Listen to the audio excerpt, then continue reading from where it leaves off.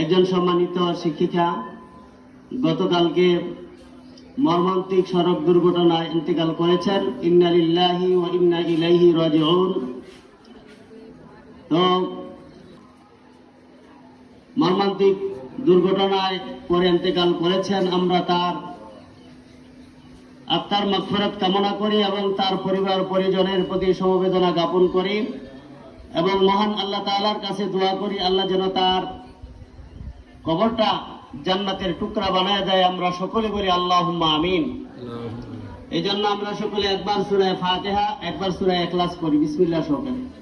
আউযু বিল্লাহি মিনাশ শাইতানির রাজীম। বিসমিল্লাহির রহমানির রহিম। আলহামদুলিল্লাহি রাব্বিল আলামিন আর রহমানির রহিম মালিকি ইয়াউমিদ্দিন ইয়্যাকা না'বুদু ওয়া ইয়্যাকা নাস্তাঈন ইহদিনাস সিরাতাল মুস্তাকিম সিরাতাল লাযীনা আন'আমতা আলাইহিম গায়রিল মাগদুবি আলাইহিম ওয়ালাদ-দাল্লিন আমিন। তারহামনা লানাকুনান্না মিনাল খাসিরিন।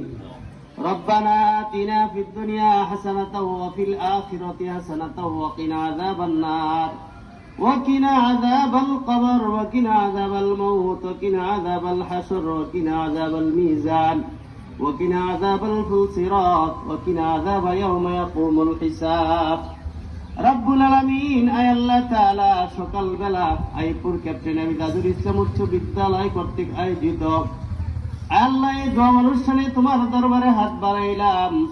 আল্লাহ আমাদের মতো একজন শিক্ষক বাঞ্ছারামপুর সরকারি প্রাইভেট উচ্চ বিদ্যালয়ের সম্মানিত শিক্ষিকা জনাব ফারজানা আক্তার শিল্পী গতকালকে সড়ক দুর্ঘটনায় ইন্তেকাল করেছেন। আমরা তার আত্মার মাগফিরাত কামনার্থে তোমার দরবারে হাত বাড়াইছি।